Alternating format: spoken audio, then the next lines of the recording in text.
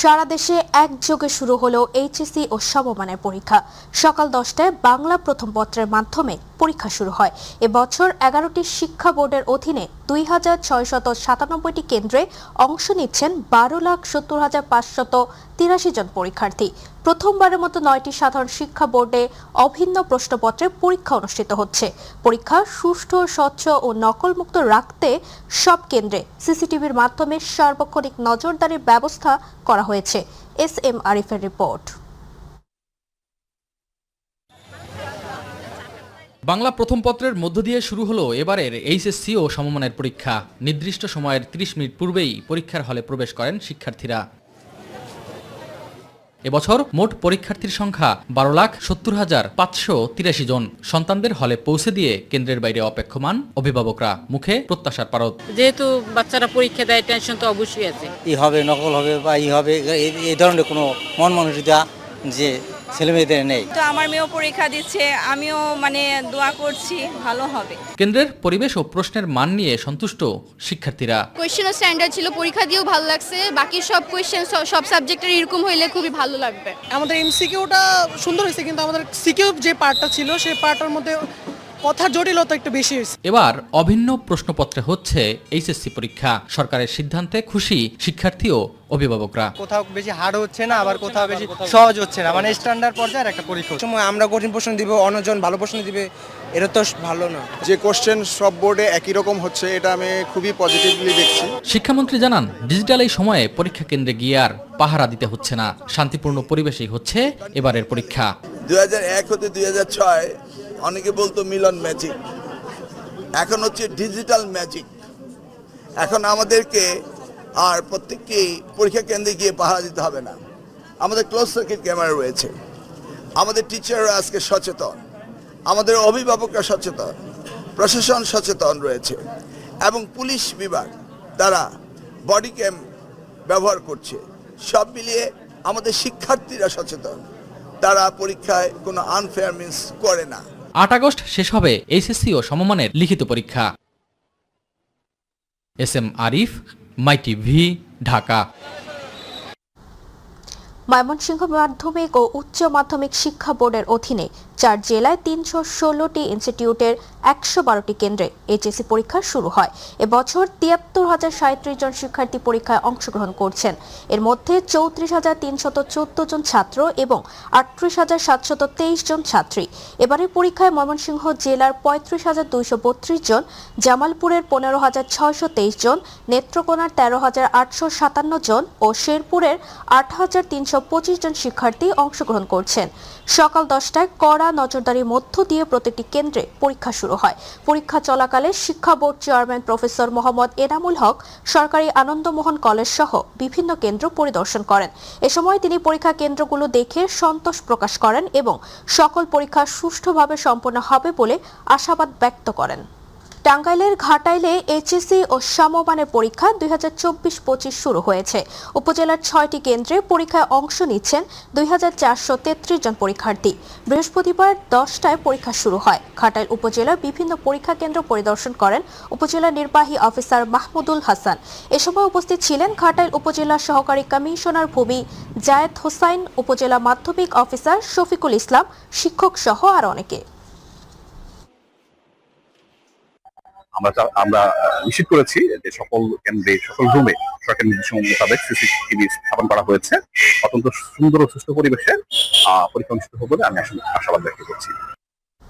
শেরপুরে এইচএসসি আলিম ও সমমানের পরীক্ষা শুরু হয়েছে। নকলমুক্ত পরিবেশ নিশ্চিত করতে প্রতিটি কেন্দ্রে কঠোর তল্লাশি ও নিরাপত্তার মধ্য দিয়ে পরীক্ষার্থীদের হলে প্রবেশ করানো হয়। জেলা শিক্ষা অধিদপ্তর সূত্রে জানা গেছে, জেলায় মোট 27টি কেন্দ্রে 13,075 জন পরীক্ষার্থী পরীক্ষায় অংশ নিচ্ছেন। এর মধ্যে এইচএসসিতে 12টি কেন্দ্রে 8,229 জন, আলিমে 5টি কেন্দ্রে 893 জন এবং কারিগরি বোর্ডের 10টি কেন্দ্রে 3,953 জন পরীক্ষার্থী রয়েছে। সারা দেশের মতো একযোগে পটুয়াখালীর কলাপাড়ায় এইচএসসি আলিম ও সমমানের পরীক্ষা শুরু হয়েছে। বৃহস্পতিবার সকাল 10টায় শুরু হওয়া পরীক্ষায় উপজেলার 7টি কেন্দ্রে 1757 জন পরীক্ষার্থী অংশগ্রহণ করছেন। সকাল থেকে পরীক্ষায় অংশগ্রহণ করতে আসা পরীক্ষার্থীদের কড়া নিরাপত্তায় তল্লাশি চালিয়ে কেন্দ্রে প্রবেশ করানো হয়েছে। তবে কেন্দ্রগুলোর সামনে অভিভাবকদের ভিড় লক্ষ্য করা গেছে। সুষ্ঠু ও নকলমুক্ত পরিবেশে পরীক্ষা সম্পন্নের লক্ষ্যে প্রতিটি কেন্দ্রে পুলিশ সদস্য ও আনসার সদস্য মোতায়েন করা হয়েছে। আর এসব পরীক্ষা কেন্দ্রগুলোতে দায়িত্ব পালন করছেন নির্বাহী ম্যাজিস্ট্রেট ও উপজেলা নির্বাহী কর্মকর্তা।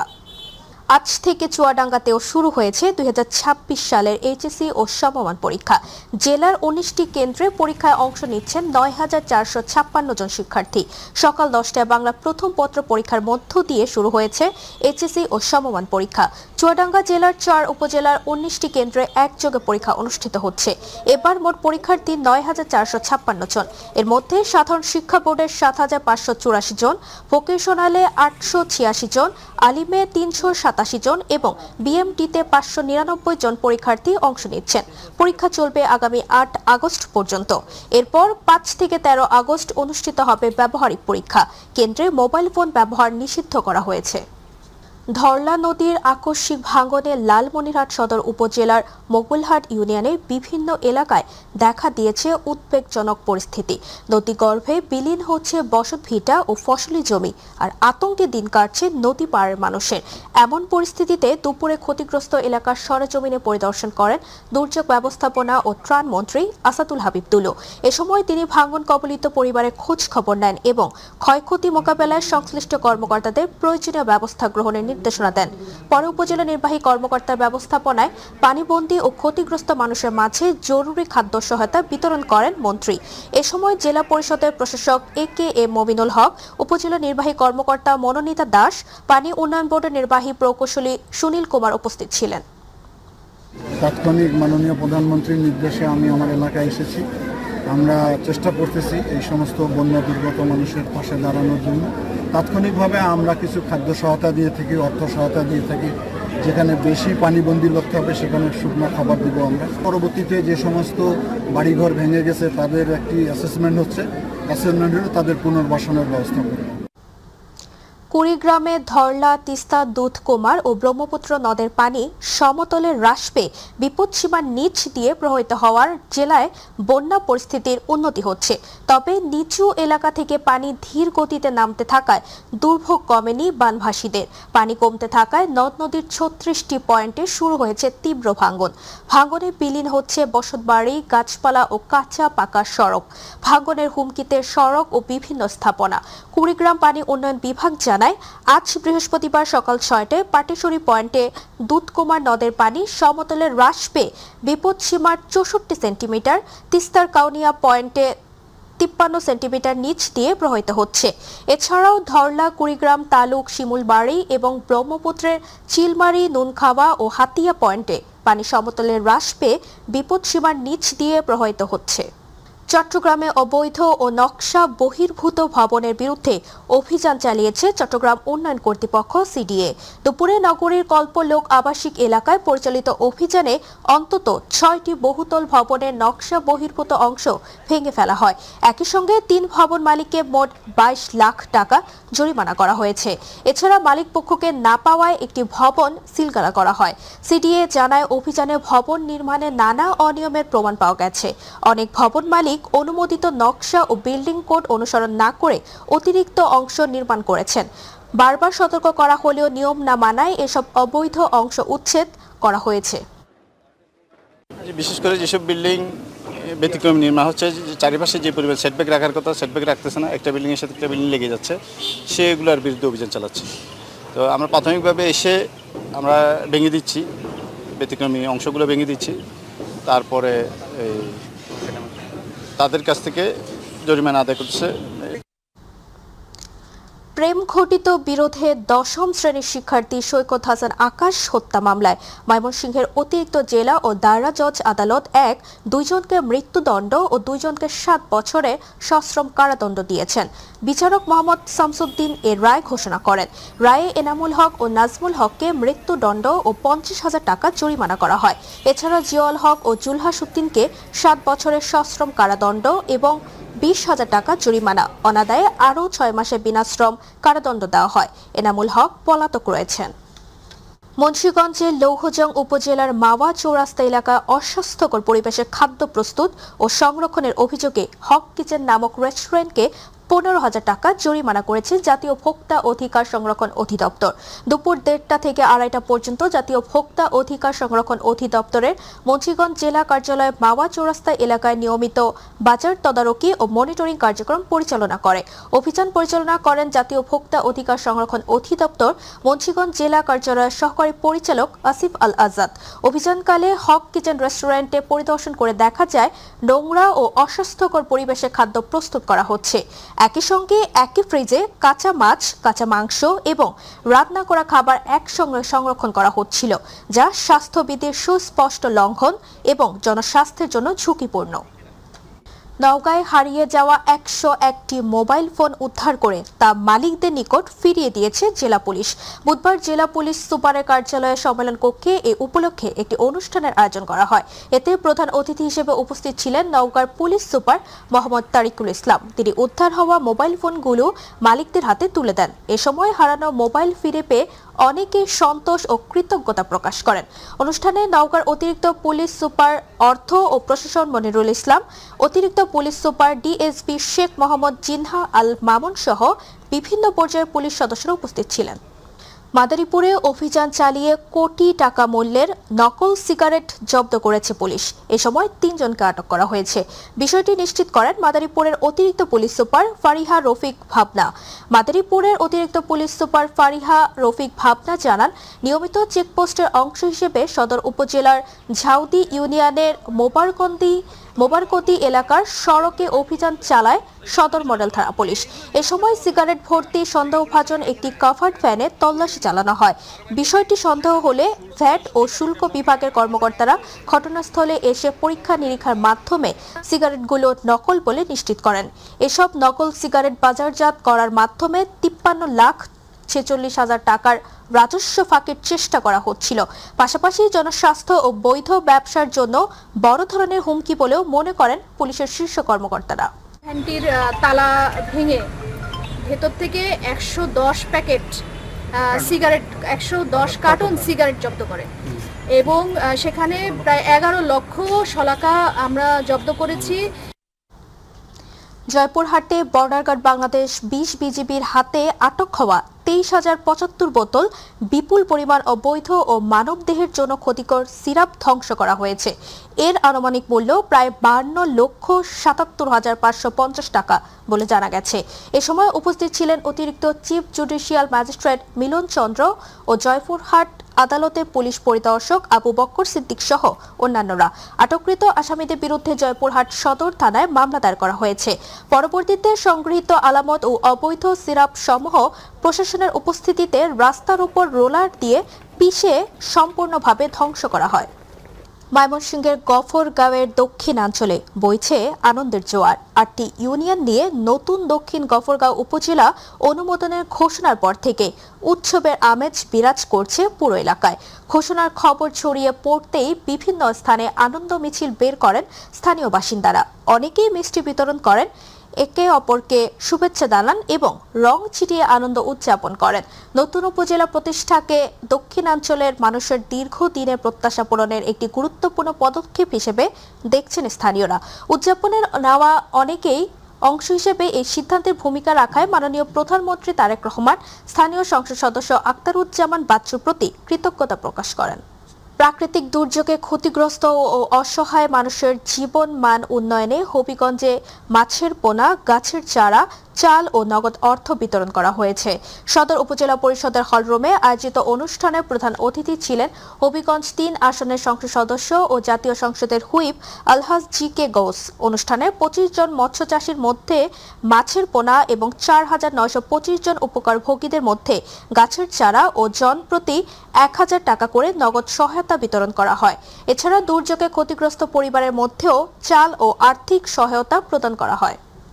ঢাকার ধামরাই উপজেলা প্রশাসন এবং কৃষি সম্প্রসারণ অধিদপ্তর 2025-26 অর্থ বছরে কৃষি পুনর্বাসন সহায়তা খাতে সরকারের নির্বাচনী অঙ্গীকার বাস্তবায়নের লক্ষ্যে বৃক্ষরোপণ ও খরিফ দুই মৌসুমে গ্রীষ্মকালীন বিভিন্ন জাতের শাকসবজি কর্মসূচি উপলক্ষে কৃষি উপকারভোগীদের মাঝে বিনামূল্যে বীজ, চারা, সার ও অন্যান্য উপকরণ বিতরণ করা হয়। ধামরাই উপজেলা হলরুমে এই বিতরণ কার্যক্রম অনুষ্ঠিত হয়েছে।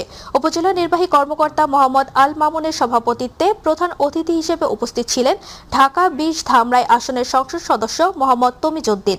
বিশেষ অতিথি হিসেবে উপস্থিত ছিলেন ধামরাই উপজেলা বিএনপির সাধারণ সম্পাদক ও ঢাকা জেলা বিএনপির যুগ্ম সাধারণ সম্পাদক মোহাম্মদ শামসুল ইসলাম ও উপজেলা কৃষি কর্মকর্তা আরিফুর রহমান উপস্থিত ছিলেন। কৃষি প্রণোদনার আওতায় 2025-26 অর্থ বছরে কৃষি পুনর্বাসন সহায়তা খাতে বৃক্ষরোপণ কর্মসূচির আওতায় ঝিনাইদহের মহেশপুরে বিনামূল্যে 990 জন কৃষকের মাঝে 4950টি বিভিন্ন জাতের ফলজ, বনজ, ঔষধি গাছের চারা ও সার বিতরণ করা হয়েছে। সকালে কৃষি সম্প্রসারণ অধিদপ্তর এলাকায় এসব বিতরণ করেন উপজেলা নির্বাহী অফিসার সাজ্জাদ হোসেন। এ সময় উপজেলা কৃষি অফিসার ইয়াসিন সুলতান, উপজেলা বিএনপির সাংগঠনিক সম্পাদক জিয়াউর রহমান জিয়া, মহেশপুর প্রেস ক্লাবের সভাপতি সারওয়ার হোসেন, সহসভাপতি ওবায়দুল হক, জাকির হোসেন সহ অনেক উপস্থিত ছিলেন।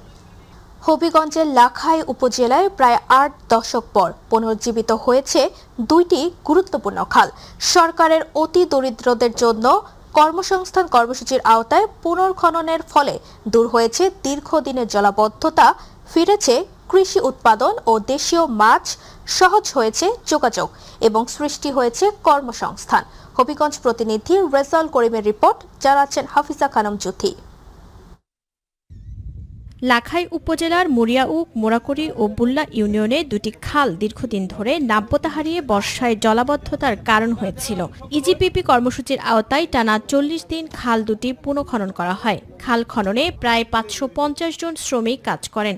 এই কর্মযজ্ঞে যেমন কর্মসংস্থানের সুযোগ সৃষ্টি হয়েছে, তেমনি দীর্ঘদিনের দুর্ভোগ থেকেও মুক্তি পেয়েছেন স্থানীয় বাসিন্দারা।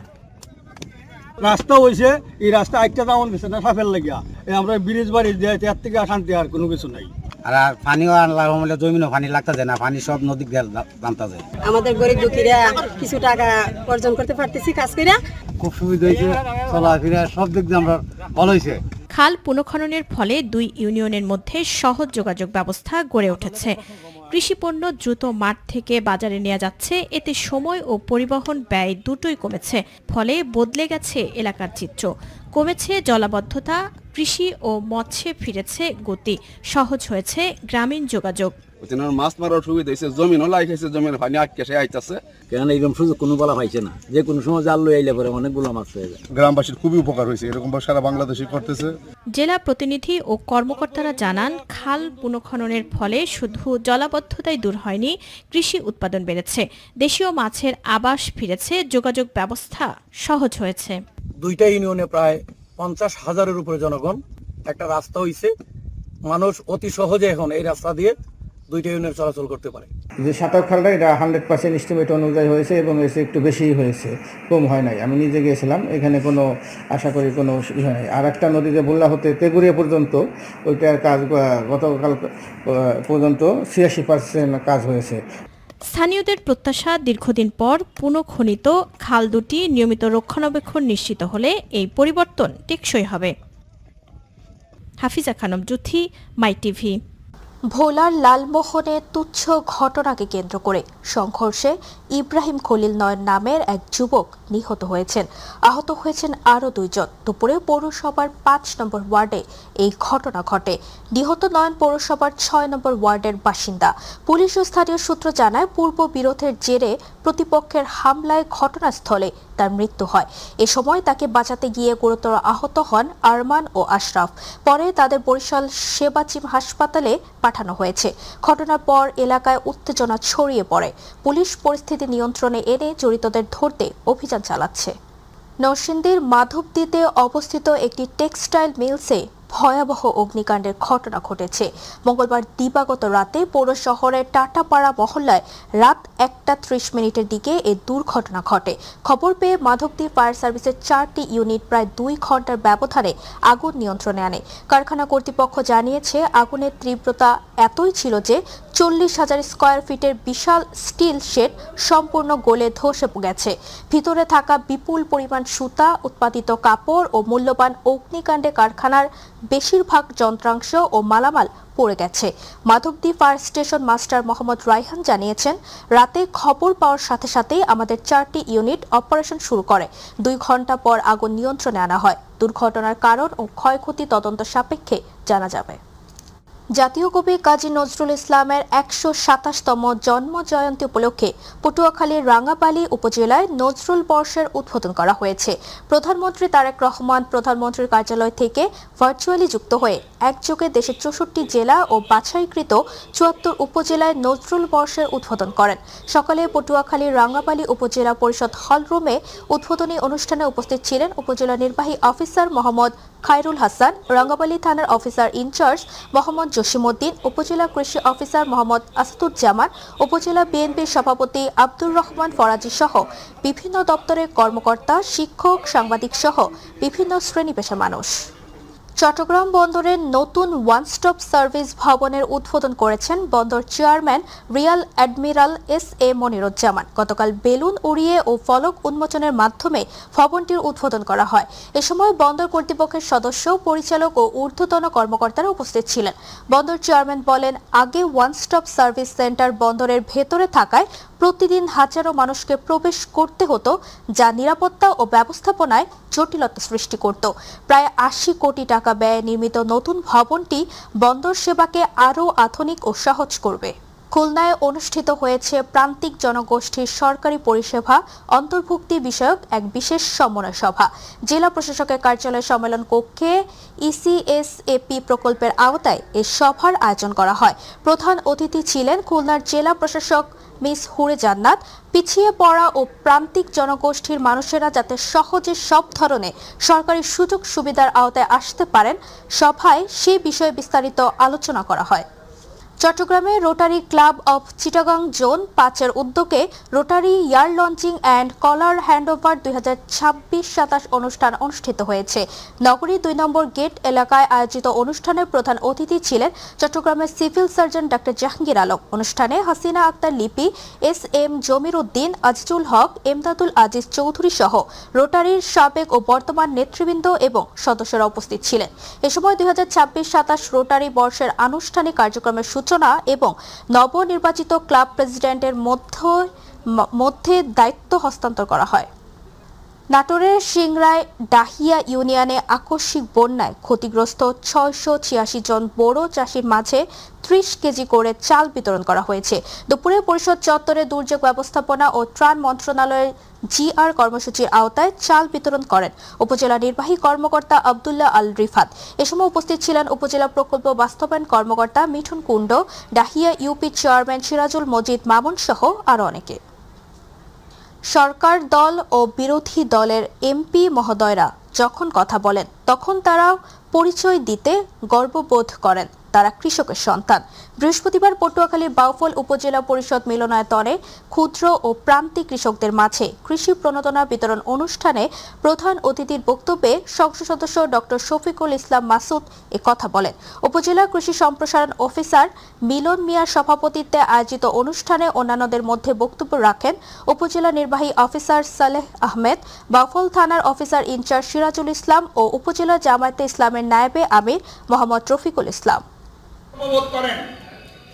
আমরা কৃষি পরিবারের সন্তান। বিরোধী দলীয় নেতা জামাত ইসলামের আমির ডাক্তার শফিকুর রহমান, উনি বলেন আমার বাবা কৃষক ছিলেন, আমরা কৃষি পরিবারের সন্তান। তাহলে আমরা সবাই মিলে যদি কৃষি পরিবারের সন্তান হই, তাহলে আজকে বাংলাদেশে কৃষকদের এই দুরবস্থা কেন?